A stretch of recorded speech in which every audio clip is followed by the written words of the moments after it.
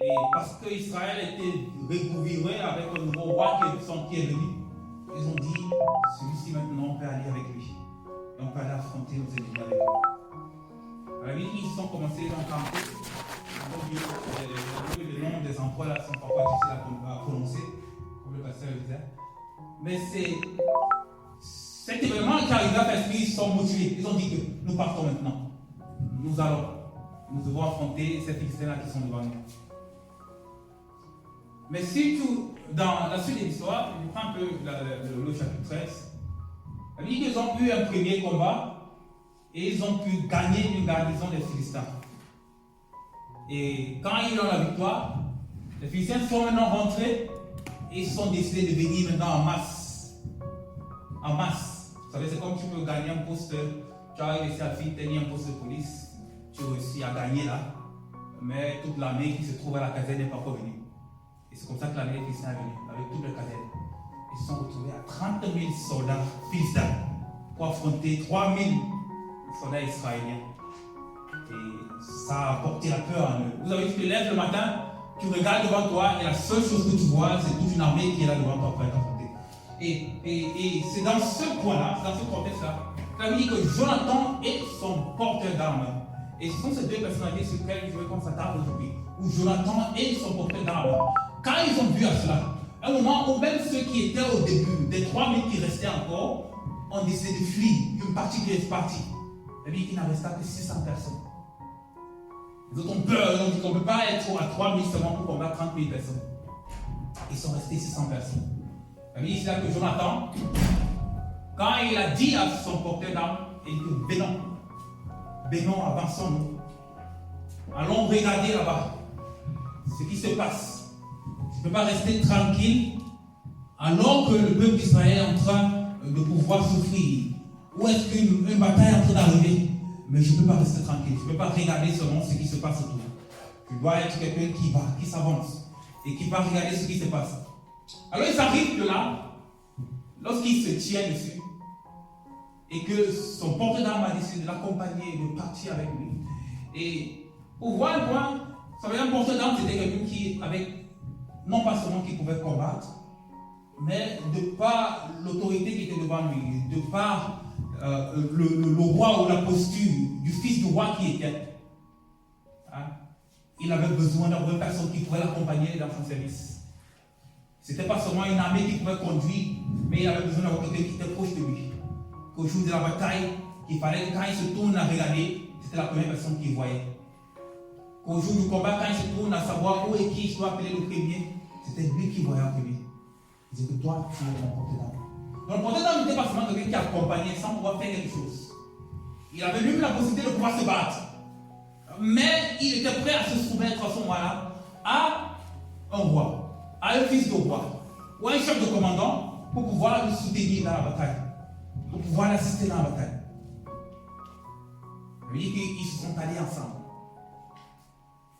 Ils sont regardés. Et lorsque nous regardons, surtout les versets 6 et 7, c'est là où nous commençons. Là, il dit, Jonathan dit au jeune homme qui portait son arme, viens, passons jusqu'au poste des incirconcis. L'Éternel agira-t-il pour nous? En effet, rien ne peut empêcher à l'Éternel de sauver, que ce soit au moyen d'un petit nombre ou alors au moyen d'un grand nombre. Et cette parole-là, lorsqu'elle est sortie, c'est celle-là qui a apporté motivation à cet homme-là, à ce porteur d'armes-là, qui a dit, il ne regarde pas à ce que les autres autour ont eu peur et ont fui et sont partis. Il a dit, moi, ma mission, c'est d'être avec lui. Moi, ma mission, c'est de l'assister au combat auquel il est en train de faire. Afin que lorsqu'il s'en va, que je puisse aller avec lui. Mais il n'est pas seulement parti parce qu'il fallait partir. Il est parti parce que la parole que Jonathan a sortie en ce moment-là était celle qui venait du Seigneur. C'était une parole qui apportait la foi et la motivation à nous. Et il était prêt à le suivre. Parce qu'il était prêt d'engager, non pas deux personnes, mais d'engager le Seigneur dans la bataille. D'engager le Seigneur dans la bataille. Et c'est ce qui se passe lorsque nous suivons des personnes, lorsque nous sommes ceux-là qui sont des porte-d'armes. Vous savez, le porte-d'armes, c'est celui-là que tu as besoin de lui qui soit près de toi. Parce que c'est le moment où tu ne peux pas porter tout ce qui est sur toi et te représenter partout où tu vas. Tu as besoin de cette personne-là qui va regarder à une chose que tu vas donner. Et tu vas savoir que non, s'il est là à côté et qu'il s'occupe de cela, alors je peux me concentrer à aller regarder à autre chose. Parce qu'il voit cela.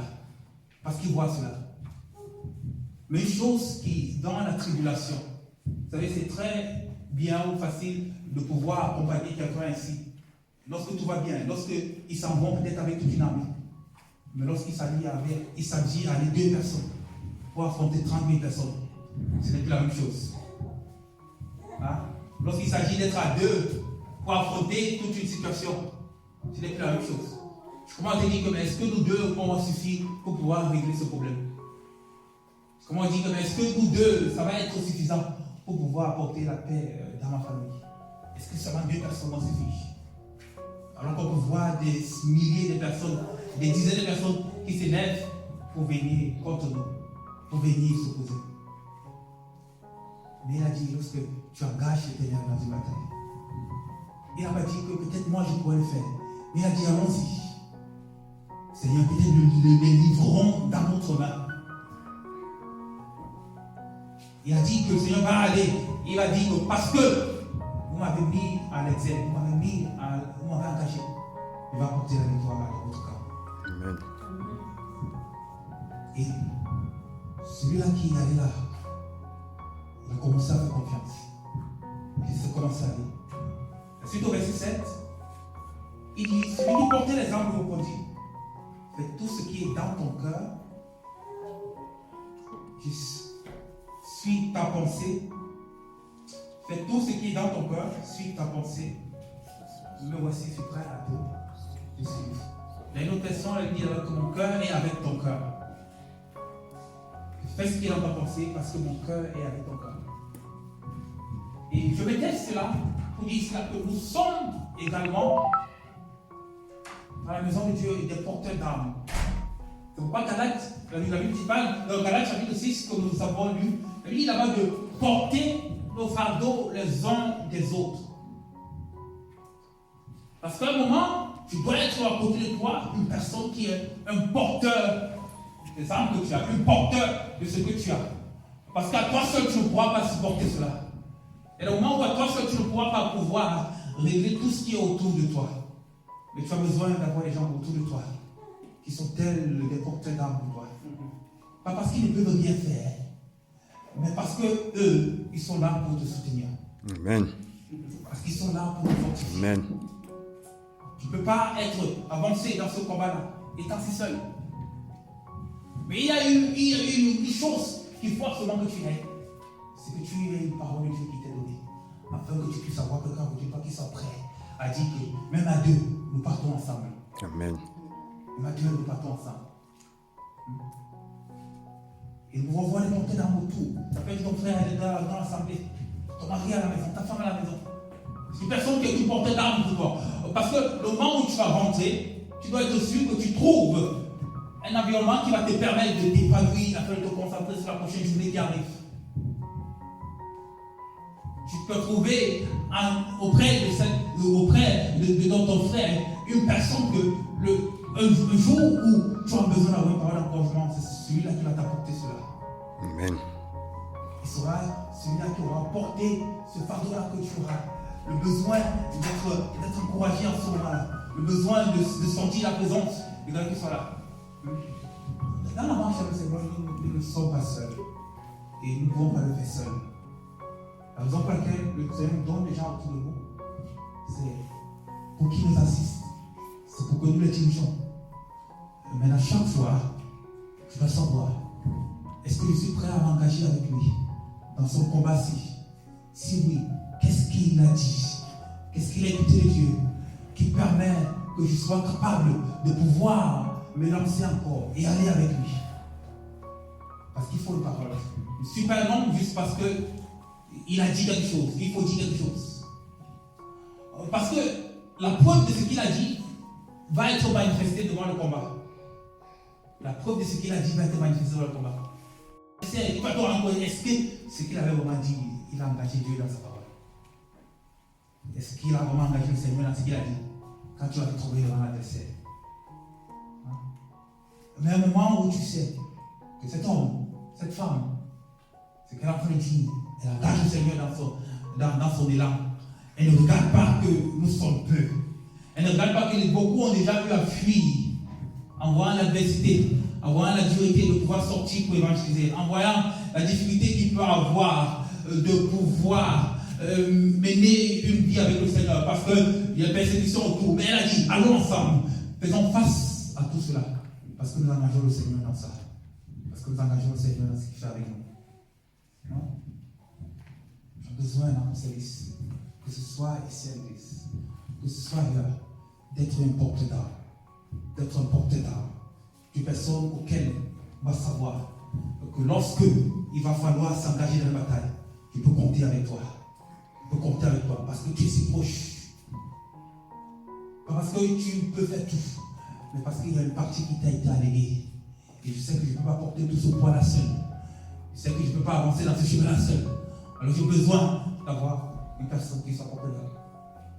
Et c'est un point qui n'est pas seulement adressé à ceux-là qui sont déjà engagés ou qui sont déjà dans un service qui est à l'église.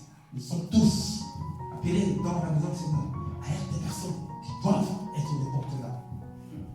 Qui doivent être des gens qui sont prêts à assister, à fortifier, à aller. Mais il y a une chose qui est précise.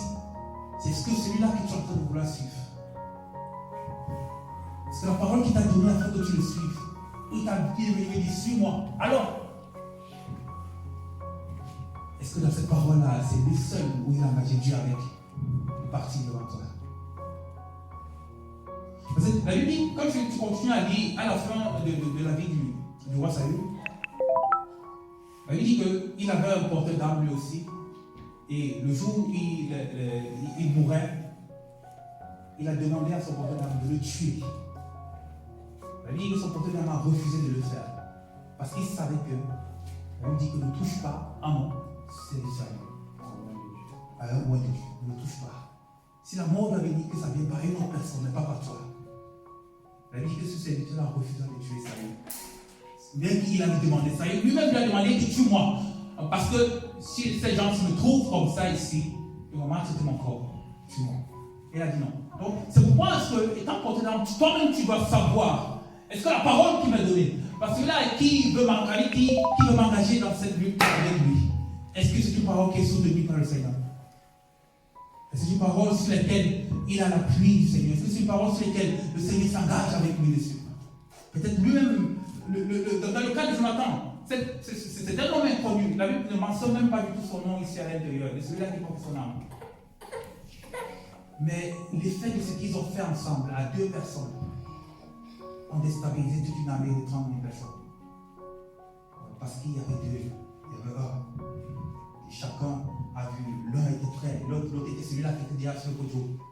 Mais l'autre était à côté, il a dit que non, allez toi, on fait quelque chose. C'est pourquoi au verset 13, la Bible dit là-bas que, aussi bien que Jonathan passait et il tuait, la Bible dit ici, Jonathan montait en cédant les mains, montant en cédant des mains, des pieds, et son porteur le suivait. Les Philistins tombaient devant Jonathan, et le porteur d'armes donnait derrière lui des coups. Il donnait la mort derrière lui. Et le porteur d'armes donnait la mort derrière lui. Toutes ces victoires, s'ils n'ont pas été adressées seulement, n'a pas seulement été donné à Jonathan seul. Il passait, quand il faisait tomber, son porteur d'armes venait et il abattait, il finissait. Il passait, il faisait tomber, son porteur d'armes venait et il finissait. Donc, ce n'est pas une personne inutile, c'est une personne aussi bien importante que celui-là qui est là. Et ça, c'est quelque chose auquel tu dois faire.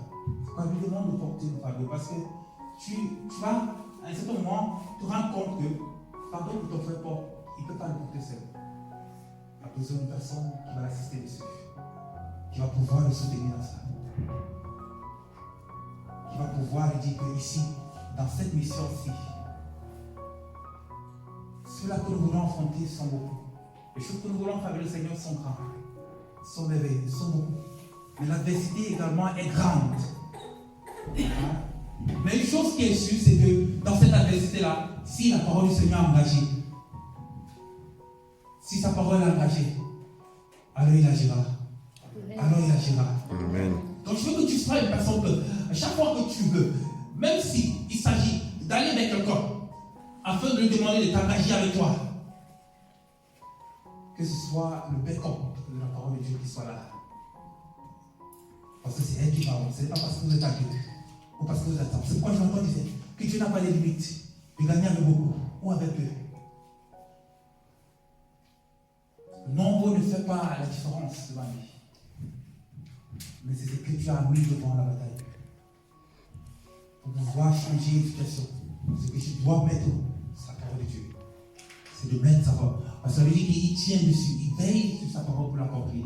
Amen. La manière dont il va opérer ce miracle, tu ne le sais pas. La Bible dit là que les Philistins ont été battus, pas parce que le peuple d'Israël a combattu, mais cet événement-là de deux personnes a créé le désordre au milieu d'eux. Ils se sont mis à se tuer les uns les autres. Juste une action de deux personnes peut bouleverser toute une famille. Juste une action de deux personnes peut bouleverser toute une vie. Est-ce que ces deux-là sont prêts à dire que je regarde le fardeau que tu portes et je suis prêt à t'accompagner dessus. Je suis prêt à porter une partie de ça. Afin que lorsque tu avances, je te suis derrière. Afin que lorsque tu marches, je vais avec toi. Parce que je sais que tu as mon Seigneur devant.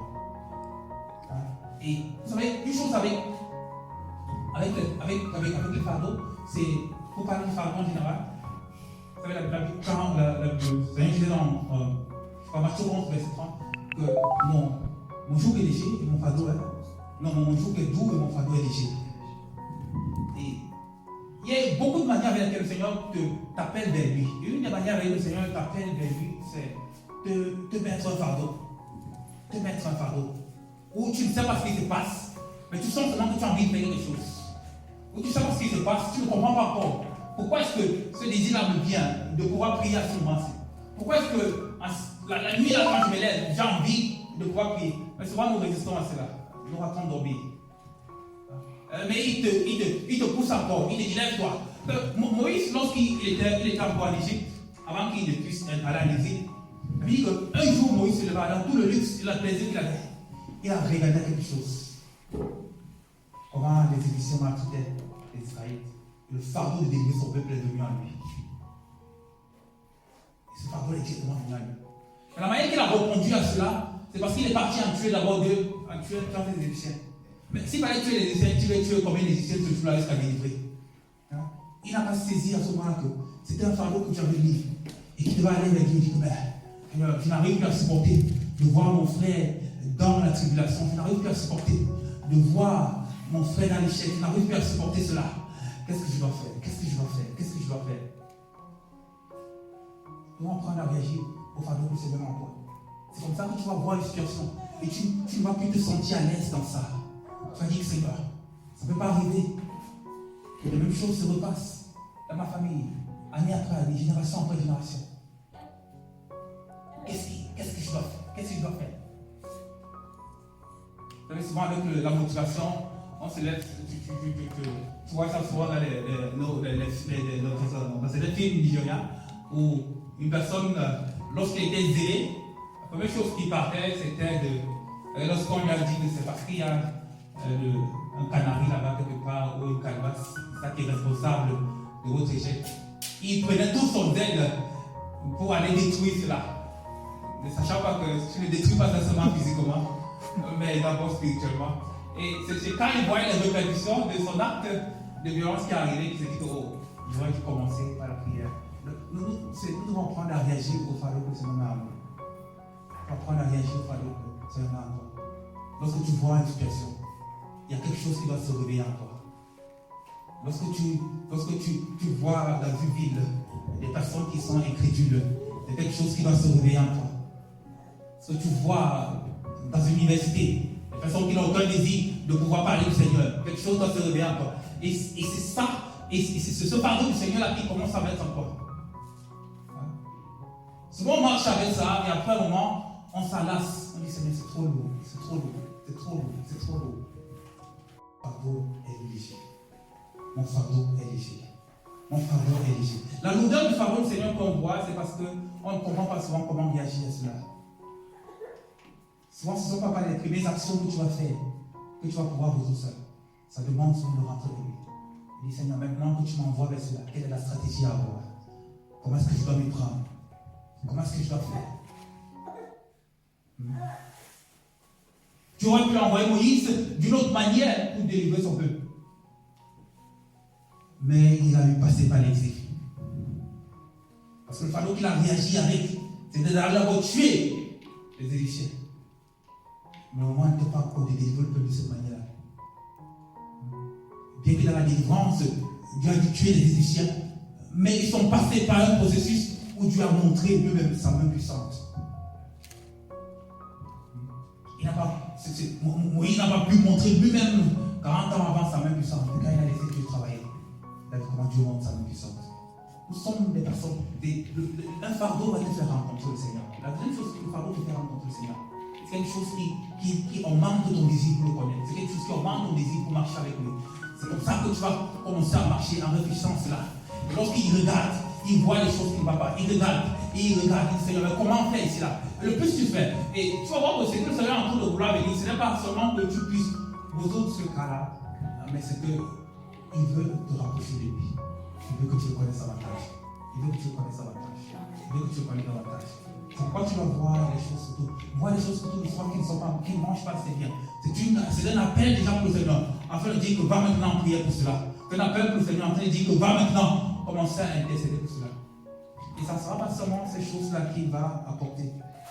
Mais la plus précieuse des choses, c'est sa présence qui va t'apporter. C'est sa présence, c'est son amour qui va t'apporter. Amen.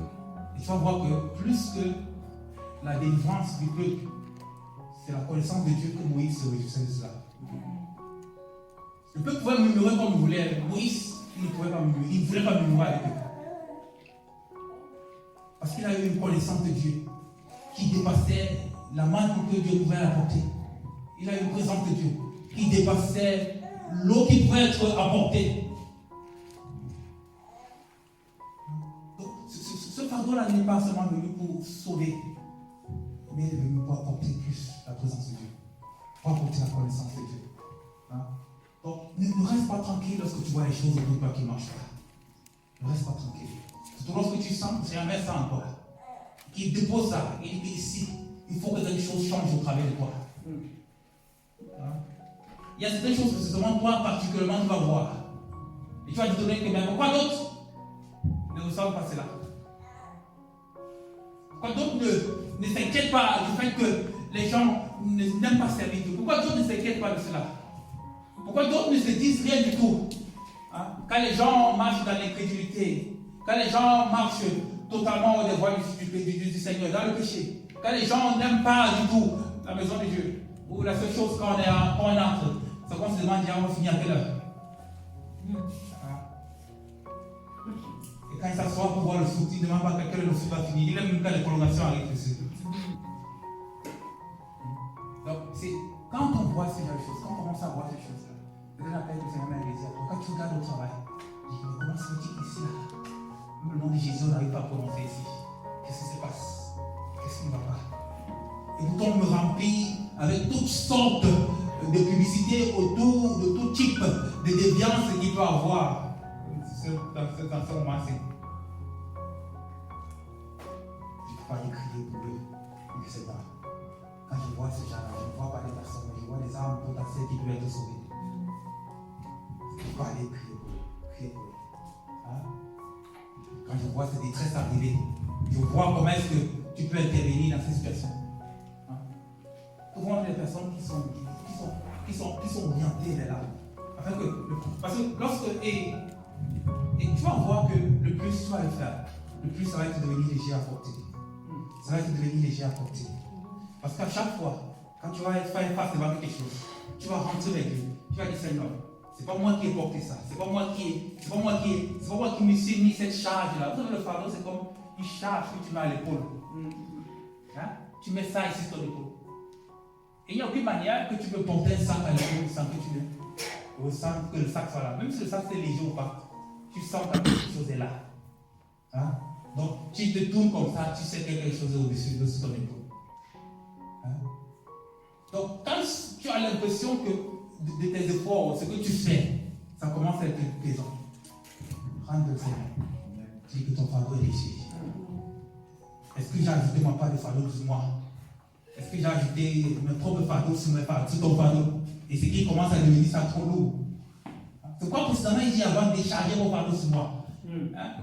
Afin que ce qui va rester sur toi, c'est seulement son fardeau. Et il sait que son fardeau, quand ça reste, c'est plus léger. C'est ça qui te donne, bien que tu as insulté hier, d'aller encore prêcher à cette personne. Parce que quand il t'a insulté, le fardeau qui est venu sur toi, c'était dit qu'il me parle en tant que qui? Je prends la peine de l'appeler, mais il m'insulte en plus. Tu as porté notre fardeau de la haine. Tu as porté un fardeau maintenant de la colère. Tu as posé sur tes épaules. Et tu commences à sentir que parler du Seigneur aux gens commence à être lourd. Ça commence à être difficile. Parce que tu as ajouté un fardeau en plus que le fardeau du Seigneur. Quand il va rentrer dans toi, il va dire décharge d'abord ça. Décharge ce que toi tu as mis. Décharge la colère que tu as mis. Décharge la haine. Décharge le mépris. Décharge tous ces aspects-là. Décharge ça d'abord sur moi. Et tu vas voir ce qui va rester sur mon fardeau. Et demain, tu vas encore sortir.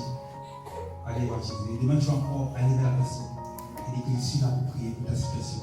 Amen. Je suis là pour intercéder pour toi jusqu'à ce que Amen. Amen. Si la personne ne va pas croire ce que tu dis, même s'il ne va pas accepter de le faire avec toi, mais tu as déchargé au Seigneur. Et ce qui va rester, c'est seulement pour lui. Car mon fardeau est léger. Car mon fardeau est léger. Amen. Car mon fardeau est léger. Car mon fardeau est léger. Donc moi j'ai des personnes qui aiment porter le fardeau du Seigneur.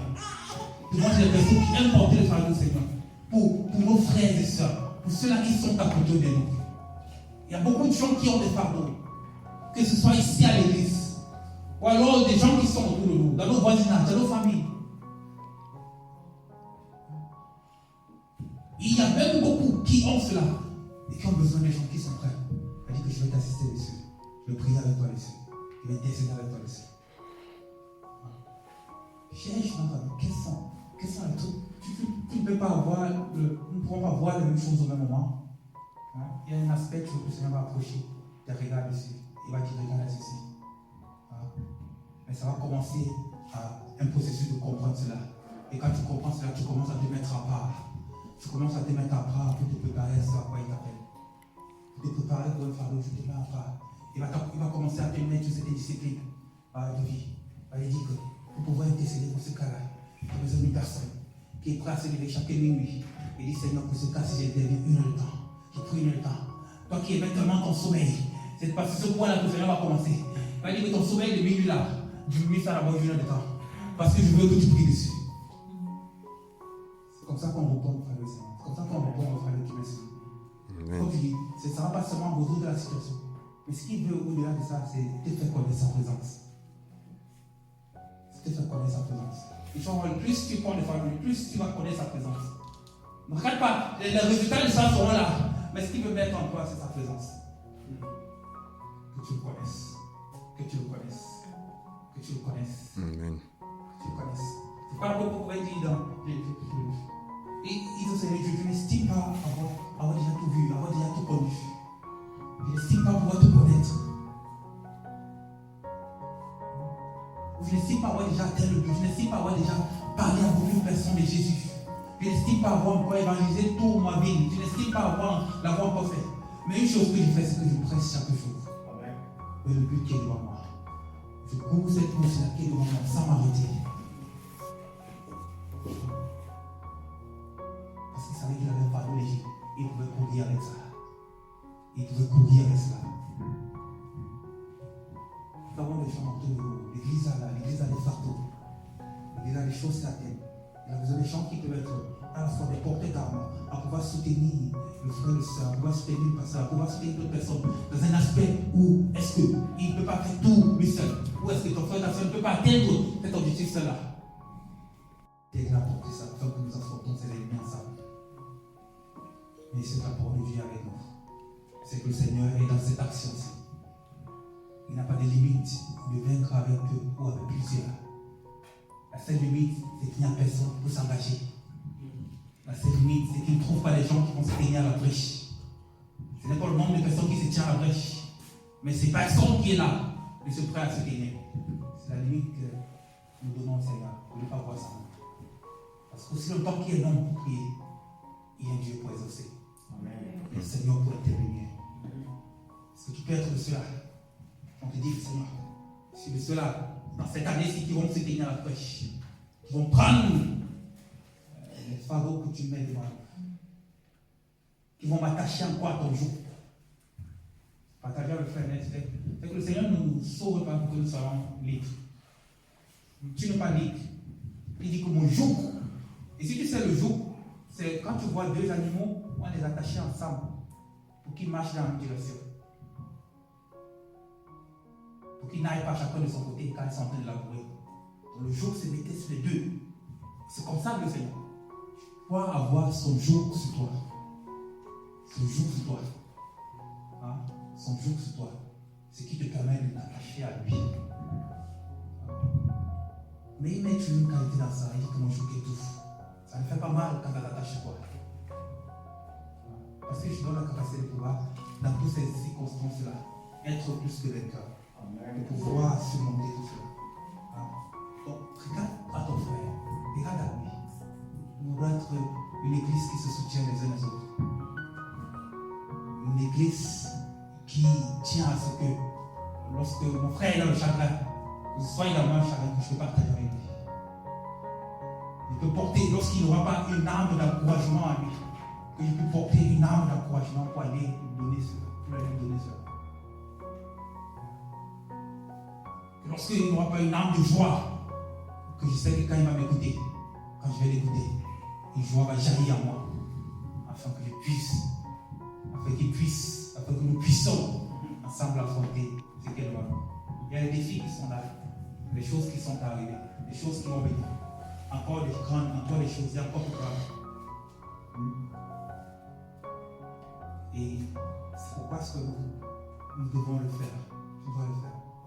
Désir. Chacun d'entre nous a déjà reçu cela. Tu vois des choses autour de toi. Même si tu n'es pas encore actif dans l'église, ou que tu sois actif dans l'église, il y a cette désir au Seigneur, mais dis que je veux voir quels sont ces fardeaux que tu mets devant moi, pour que je puisse soutenir mes frères et sœurs autour de moi, pour que je puisse porter cela. Ce sont les raisons pour lesquelles je m'en vais prier. Et pas derrière. Il y a un plus grand appel que le Seigneur est en train de vouloir te montrer plus que ça. Parce que dans toutes ces joies qu'il te donne, dans tout ce bonheur, tu vas vite comprendre que si sa présence n'est pas là, cela n'est que vain. Ça va très vite passer. Pourquoi Samuel est venu dire à Saül que parce que tu as fait, ce n'est pas rejeté. C'était un roi qui a gagné. Il a eu des batailles où il a vécu. Le Seigneur lui dit parce que tu as fait ceci, tu t'es rejeté. Le Seigneur n'a pas regardé au nombre de victoires qu'il a eues. Mais il a continué à regarder. Est-ce que cet homme dans la victoire a continué à avoir mon joug attaché à lui? Ça ne va pas voir seulement la bénédiction qu'il a donnée. Mais il a dit, est-ce que dans cela, est-ce que dans l'abondance qu'il te donne, son joug que tu veux attacher à toi, tu vas pouvoir toujours, lorsque tu vas venir à l'église avec ta réflexe, lorsque tu vas te pouvoir autant de belles choses, est-ce que ça sera là que tu vas commencer à payer et que tu n'as plus le temps? Il a exploré à Dieu mais le même cas, sa bénédiction vient. Est-ce que son joug dans ces circonstances reste toujours attaché à toi? Parce qu'il est capable de venir et dire dans toute l'abondance que tu as, que toi, je t'ai rejeté. Que toi, je t'ai rejeté. Que toi, je n'ai plus besoin de toi pour continuer ce que je veux faire. Je vais choisir un homme selon mon cœur pour continuer ma mission. Mais tu peux demeurer un homme, une femme selon le cœur de Dieu. Continuellement. Il faut vraiment nous aider à nous fortifier les uns les autres, nous soutenir les uns les autres. Ce que je porte à certain moment, peut-être seul, je ne pourrais pas le faire. Mais quand tu as des gens autour de toi, que tu sais que si tu dis va, nous allons. Et quand tu sais que ces gens-là, ils savent que ce que tu dis est la parole de Dieu. Parce que tu l'as écouté. Ils savent que si il dit qu'alors affronter cette troupe-ci ensemble, il a aussi quelque chose de Dieu. Et Dieu l'a dit qu'il n'est pas limité à gagner un peu deux. Amen. Ou à ce que ce soit toute l'église. Amen. Hein? Il n'y a pas de limite ici. Donc, ne limite pas ce que Dieu peut faire au travers de nous, au travers de toi. Ne limite pas cela. Et le point sur lequel je vais m'attarder, c'est oui, dans Éphésiens, de revêtir toutes les armes de Dieu. Nous sommes toujours un peu autour de porter les armes, porter le joug. Et quand il a vu là-bas, il y a 2 points sur lesquels il insiste. C'est afin de résister aux mauvais jours, de porter toutes les armes de Dieu, afin de résister aux mauvais jours. Ça, c'est souvent les raisons pour lesquelles nous prions, parce que nous voulons résister aux mauvais jours. Mais la deuxième chose qu'il dit ici, là, c'est de tenir ferme après avoir tout surmonté. De tenir ferme après avoir tout surmonté. C'est-à-dire que, après que tu aies à intercéder, à prier, après que tu aies à demander au Seigneur d'intervenir, d'agir, et qu'il t'ait revêtu des armes pour pouvoir affronter cette situation, tu as tenu ferme au mauvais jour. Tu as supporté le mauvais jour. Mais une deuxième chose arrive, quand le mauvais jour passe, il y a le bon jour qui arrive. Amen. Quand le mauvais jour passe, il y a le bon jour qui arrive. Mais là-bas, nous ne tenons plus ferme. Et c'est pourquoi il dit, et pour tenir ferme, après avoir tout surmonté, après avoir tout surmonté, ce qui était comme difficulté, il faut tenir ferme. Au bon jour, je dois tenir ferme avec le Seigneur. Au mauvais jour, je dois résister. Au bon jour, je dois tenir ferme. Après que j'ai surmonté toutes ces difficultés qui seront pour cette année-ci, je dois tenir ferme pour l'année prochaine. C'est pourquoi est-ce que nous portons des armes. C'est pourquoi nous nous armons. Et là, tu comprends par là que plus que dans l'aspect de guerre, où le soldat pouvait retirer son arme à un certain moment, après qu'il ait fini la guerre, en tant qu'enfant de Dieu, nous devons revêtir les armes continuellement. Il n'y a pas un jour où tu dois déposer ton casque de salut. Tu dis, Seigneur, vraiment, ton salut là, je retire d'abord ça. Je mets à côté. Il m'a fait ce que je veux. Je reviens porter ça après le dimanche prochain. Parce que ça t'a aidé le jour où le jour mauvais était là. Ça t'a aidé à te protéger contre les pieds et les cailloux qui venaient sur la tête. Mais le moment où il va te lever, il te dit ferme maintenant. Après que tu aies tout surmonté ça, que tu tiens ferme à lui. Souvent tu vas manquer ce moment-là. Et le jour mauvais va encore revenir. Donc, je veux vraiment que tu sois une personne. Non, tu n'es pas seulement équipé pour toi. Tu ne portes pas seulement les armes pour toi. Mais tu portes des armes également pour soutenir ton frère autour de toi. Tu portes des armes également pour soutenir ta soeur près de toi. Tu portes des armes pour soutenir également l'autorité que le Seigneur a mise sur ta tête. C'est pour cela que tu portes ces armes-là. Pour une chose pour toi, pour tenir ferme, mais c'est également afin de pouvoir les aider, de les soutenir, afin qu'ensemble, nous pourrons faire des grandes choses. Je veux vraiment que dans cet élan-là, que tu as avec le Seigneur, il y a des grandes choses qu'il a pour toi. Des grandes choses qu'il a pour toi ici. Ce n'est pas en vain que tu fais ce que tu fais déjà. Mais continue à le désirer plus. Tu vas voir qu'il y a une chose auquel il va t'appeler. Tu vas penser que c'est seulement la prière. Tu vas penser que c'est seulement la méditation. Mais il est en train de vouloir créer un espace de rencontre avec toi. Il a besoin de conditionner cette rencontre-là par ces actions-là que tu fais. Et tu vas voir que le plus tu vas le faire, le plus ça va grandir. Tu commences à chanter, Seigneur, je veux t'adorer. Que ton amour, ta présence, ta gloire, plus de ça encore. Et ce moment sera glorifié. Donc, c'est